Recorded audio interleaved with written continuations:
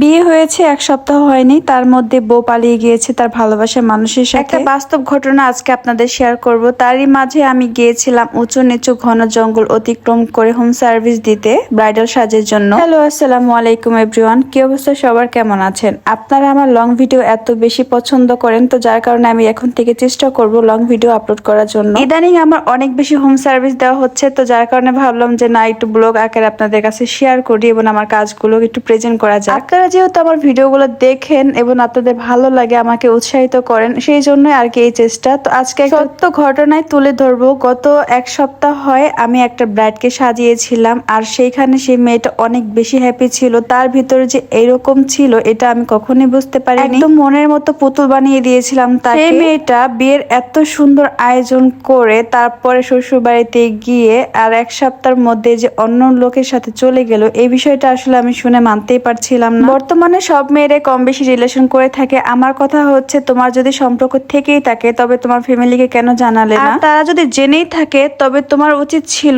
অনুষ্ঠানের আগে কোনো কিছু করে নেওয়ার। এতগুলো টাকা তোমার দুই ফ্যামিলি নষ্ট করা উচিত হয়নি। তোমাদের মতো একটা দুটা মেয়ের কারণে আমাদের প্রত্যেকটা মেয়ের কিন্তু বদনাম হয়ে যায়। আসলে আজকাল পুরুষ মানুষ আমাদেরকে এই জন্য বিশ্বাস করতে চায় না। কাকেই বা বিশ্বাস করবে? এত বিশাল আয়োজন করে যেখানে 2.5 লাখ টাকা ভরি ছিল স্বর্ণের, সেখানে 7 থেকে 8 ভরি স্বর্ণ দিয়ে তোমাকে নিয়েছিল, আর তুমি কি করলে? সেগুলো নিয়ে পালিয়ে গেলে তোমার ভালোবাসার মানুষের সাথে। তোমার যদি যাওয়ার ইচ্ছাই ছিল তবে তুমি আগেই যেতে পারতে, কিন্তু এইভাবে আরেকটা ছেলের জীবন নষ্ট করে তোমার যাওয়া একদমই উচিত হয়নি। ভালোবাসা কোনো অপরাধ না, তবে আমি মনে করি কিছু কিছু মানুষের জন্য ভালোবাসার নামে কলঙ্ক হয়ে যায়। আর হ্যাঁ, আমাদের প্রত্যেকের বাবা মারই উচিত তার মেয়ে ছেলে কি করতেছে এবং কাকে চাইতেছে, যদি অবশ্যই তাদের সাথে ভালো একটা রিলেশনে থাকে, আমার মনে হয় অন্য কোথাও বিয়ে না দিয়ে টাকাওয়ালা ছেলের কাছে বা টাকাওয়ালা ফ্যামিলিতে বিয়ে না করিয়ে আমার মনে হয় যে ছেলে মেয়ের পছন্দে বিয়ে করানো একদম। যেহেতু তারা দুজনেই সারা জীবন একসাথে থাকবে, সেখানে আমার মনে হয় না যে বাপ মারা ঘাটতারামি করে অন্য কোথাও বিয়ে দিয়ে একটা মেয়ের লাইফ একদম শেষ করে দেওয়া উচিত। যাই হোক, এখানে শুধু মেয়ের জীবনই কিন্তু নষ্ট হয়নি, নষ্ট হয়েছে একটা নিষ্পাপ ছেলের জীবনও। সে কিন্তু অনেক বিশ্বাস করে এই বিয়েটা করেছিল বাবা মার ইচ্ছেতে। অনেক বড় অ্যারেঞ্জ করে মানসম্পন্ন ভাবে সে মেয়েকে বিয়ে করে, এখন যদি সে মেয়ে এমন কাজ করে তবে তার মান সম্মানটাই বা রইল কোথায়? যেসব আপুরা রিলেশনশিপে আছেন তারা অবশ্যই চেষ্টা করবেন আপনার ফ্যামিলিকে আগে মানিয়ে নিতে, কারণ আপনি পারেন না অন্য একটা ছেলের জীবন নষ্ট করতে। আপনি হয়তো বা ভালোবাসায় অন্ধ হয়ে অন্য ছেলের কাছে চলে যাবেন, কিন্তু যে ছেলেটা আপনাকে বিয়ে করেছিল তার কি হবে সে একবার ভেবে দেখেছেন? আর সবচেয়ে বড় কথা হচ্ছে, এখানে কিন্তু দুই ফ্যামিলির মান ইজ্জত সম্মান সব প্লাস্টিক হয়ে গেছে। প্লিজ আপুরা কেউ এমন কাজ করবেন না দয়া করে। যাই হোক, পুরো ঘটনা তো শুনতেই পারলেন। তো এবার আমি চলে আসছি আমাদের সেই ব্রাইডের বাসায়, আর এইখানে দেখেন কত সুন্দর করে আপুরা সাজিয়েছিল তার স্টেজ। আর এইগুলো ছিল হচ্ছে আপুটার আউটফিট, জুয়েলারি গুলো অনেক বেশি সুন্দর ছিল আপু। এতক্ষণ যে আমি গল্পগুলা বললাম সবাই কিন্তু আবার এই আপুটার সাথে মিলেই ফেলবেন না, এটা অন্য একটা আপুর ঘটনা আমি খুলে বলেছিলাম।